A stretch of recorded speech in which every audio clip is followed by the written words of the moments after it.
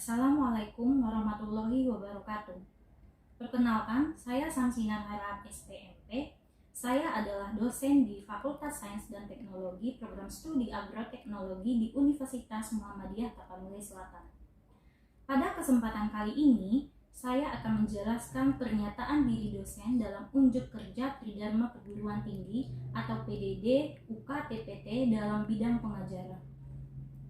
Saya mengampu beberapa mata kuliah di Universitas Muhammadiyah Tapanuli Selatan sejak tahun 2018, di antaranya TBT Hortikultura, TBT Pasca Panen Salak dan Kopi, Perbanyakan Tanaman Secara In Vitro, dan Konservasi Plasma Nutfa. Pada hari ini, saya akan menjelaskan teknik pengajaran saya menggunakan metode DIA, yaitu Delivery, Interaction, dan Assessment pada salah satu mata kuliah yang saya ampuh, yaitu TBT dan Pasca Panen Salak dan Kopi yang diberikan pada semester 5 dengan bobot 3 SKS. Selanjutnya, saya akan menjelaskan deskripsi mata kuliah TBT dan Pasca Panen Salak dan Kopi yang berbobot 3 SKS.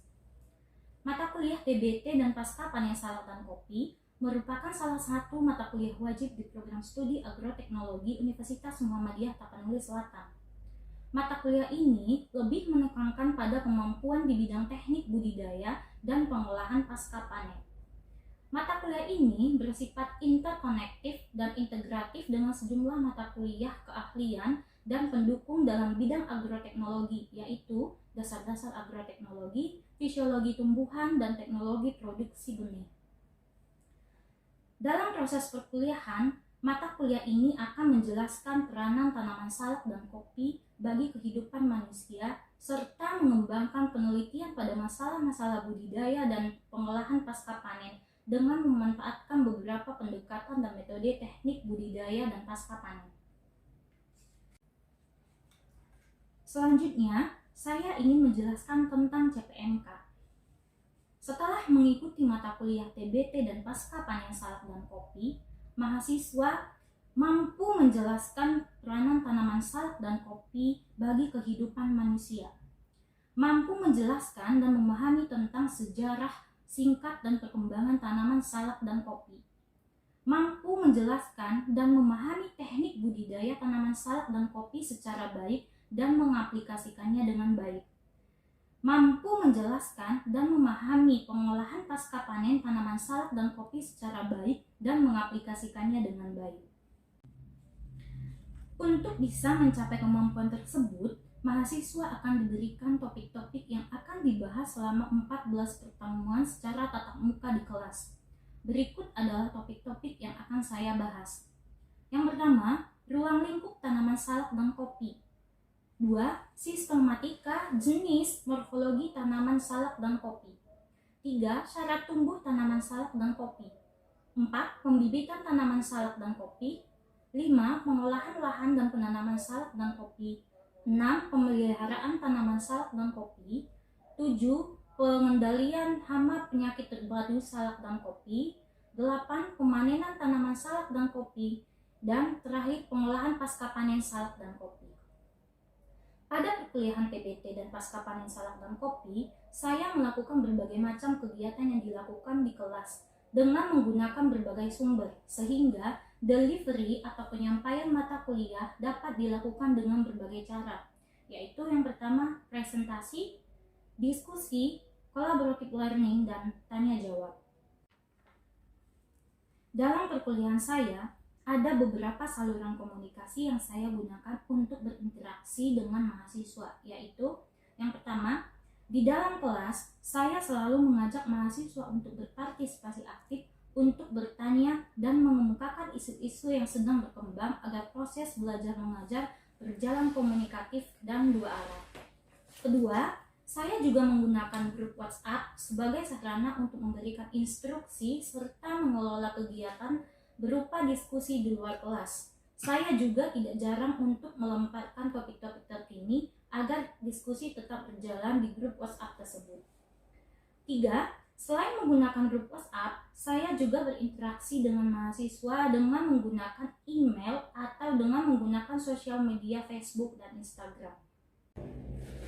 Pada perkuliahan TBT dan pasca panen salak dan kopi, materi sudah disusun dalam 14 pertemuan. Saya akan memberikan review tentang materi sebelumnya sebelum memulai memberikan materi yang baru. Presentasi materi diberikan dengan menggunakan berbagai sumber, baik menggunakan buku teks ataupun materi autentik yang diambil dari artikel dan video. Referensi daftar pustaka yang dipakai di mata kuliah TBT dan pasca panen salak dan kopi antara lain Panduan dan Budidaya Pengolahan Kopi Arabica dan Robusta oleh Puji Raharjo Puji, terbitan Swadaya. Kedua, Teknik Bertanam Salak oleh M. Sutomo, terbitan Sinar Baru Algensindo. Ketiga, Fisiologi Tanaman Budidaya oleh Gardner, terbitan Universitas Indonesia.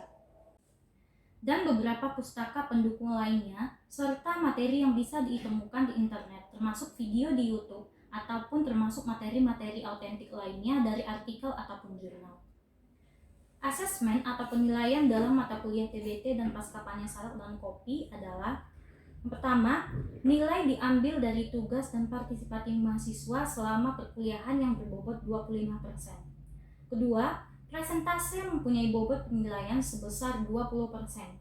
Ketiga, UTS mempunyai bobot 25%. Dan yang terakhir, UAS mempunyai bobot 30%. Semuanya saya berikan informasi kepada mahasiswa di awal semester sehingga mereka bisa mencapai nilai maksimal dengan usaha yang mereka berikan di dalam kelas dan juga pada saat ujian. Selanjutnya, saya akan memperlihatkan proses pengajaran saya secara tatap muka di kelas. Assalamualaikum warahmatullahi wabarakatuh. Selamat siang dan salam sejahtera bagi kita semua.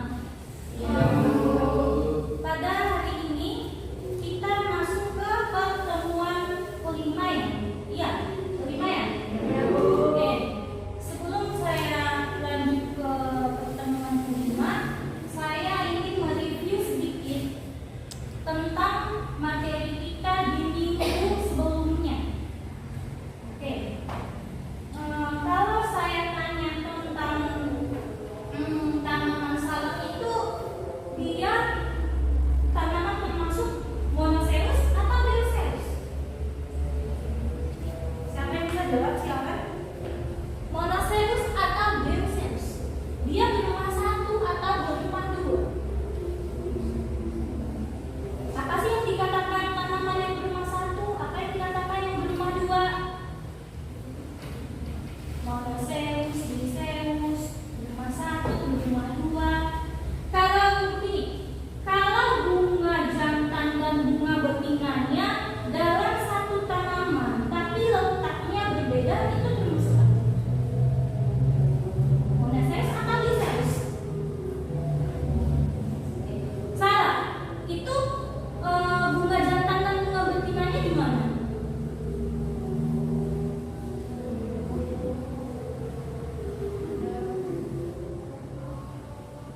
Salah, termasuk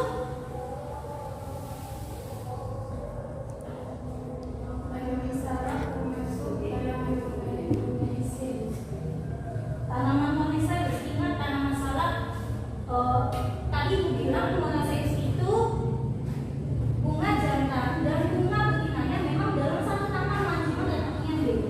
Tapi kalau diceros, hanya ada satu bunga yang ada di tanaman tersebut, bunga jantan atau bunga betina.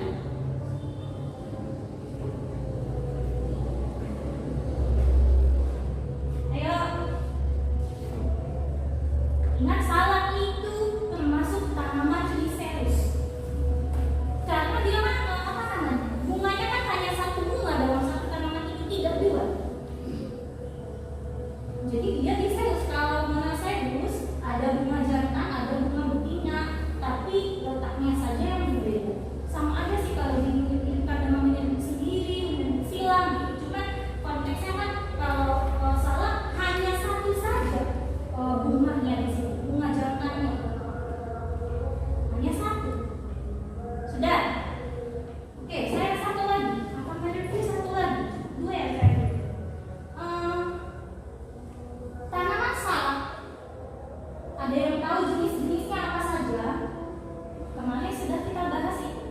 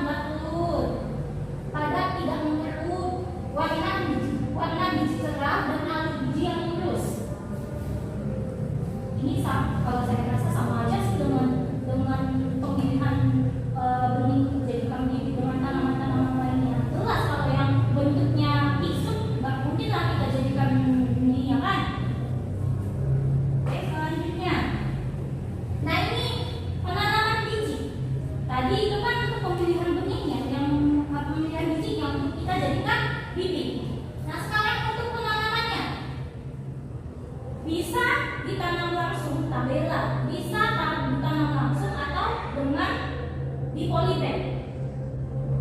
Terus kalau kita menggunakan kalau mau ditanam langsung atau menggunakan polybag, jangan lupa kasih naungan. Itu sebenarnya tujuan kita membuat naungan apa? Apa sih fungsi naungan? Itu untuk apa? Itu berpengaruh ke fotosintesis loh. Tujuannya apa?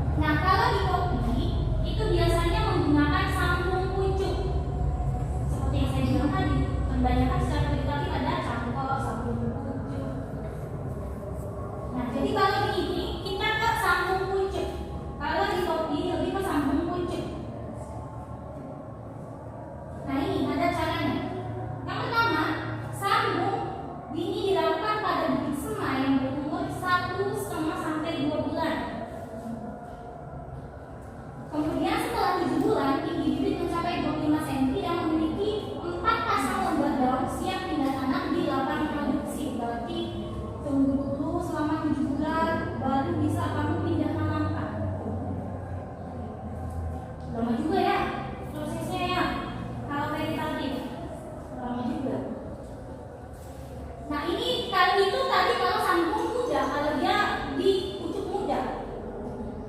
Kalau di sambung yang umur dewasa bibitnya. Nah ini ada bibit yang berumur 7 bulan. Kalau muda tadi umurnya berapa? Kalau 1,5 sampai 2 bulan. Kalau dewasa tadi 7 bulan. Ingat, kalau untuk sambung muda umur bibinya itu harus 1,5 sampai 2 bulan. Kalau untuk sambung dewasa itu umur 7 bulan. Kemudian setelah 6 bulan penyambungan, ini dia harus 6 bulan dulu baru bisa dipindah tanamkan. Kalau tadi berapa bulan? 7 bulan ya. 7 bulan baru bisa dipindah tanamkan. Oke, sampai di sini ada yang mau ditanyakan? Oke, kita next lagi. Nah, ini dengan stek batang. Yang tadi sambung pucuk muda dan pucuk dewasa. Ingat ya yang saya bilang tadi, apa beda sambung pucuk muda dengan sambung pucuk dewasa? Kalau sambung pucuk muda umurnya 1,5 sampai 2 bulan dewasa. Kalau dewasa umurnya 7 bulan. Kalau muda tadi berapa bulan harus bisa pindah tanam?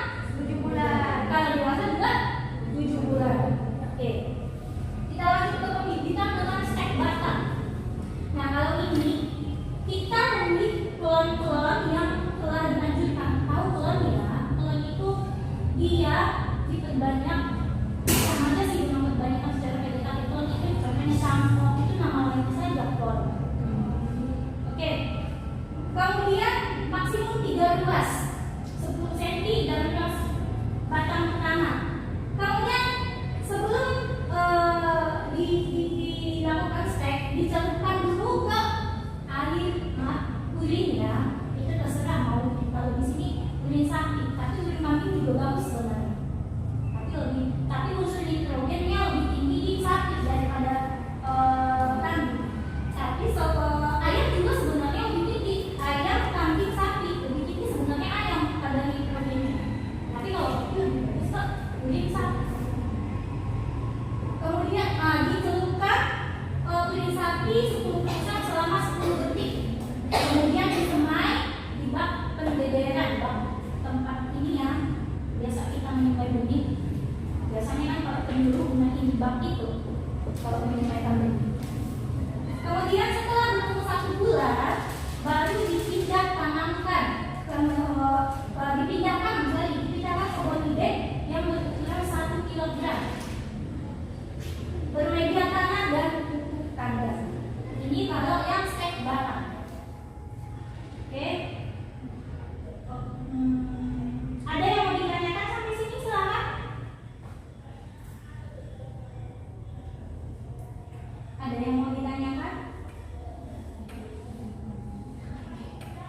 Oke. Pas. Oke. Baiklah kalau begitu, saya rasa cukup sekian untuk pertemuan kita. Minggu depan kita lanjutkan kembali. Jangan lupa tugas yang saya berikan, silahkan cek di Google Classroom masing-masing ya. Oke. Saya lanjut dengan salam. Assalamualaikum warahmatullahi wabarakatuh. Itu tadi cuplikan saya mengajar secara tatap muka di kelas. Semoga bermanfaat. Dan saya Samsina Harahap senang sekali pada kesempatan kali ini bisa menghadirkan video tentang pernyataan diri dosen dalam unjuk kerja Tridharma Perguruan Tinggi PDD UKTPT bidang pengajaran. Wassalamualaikum warahmatullahi wabarakatuh.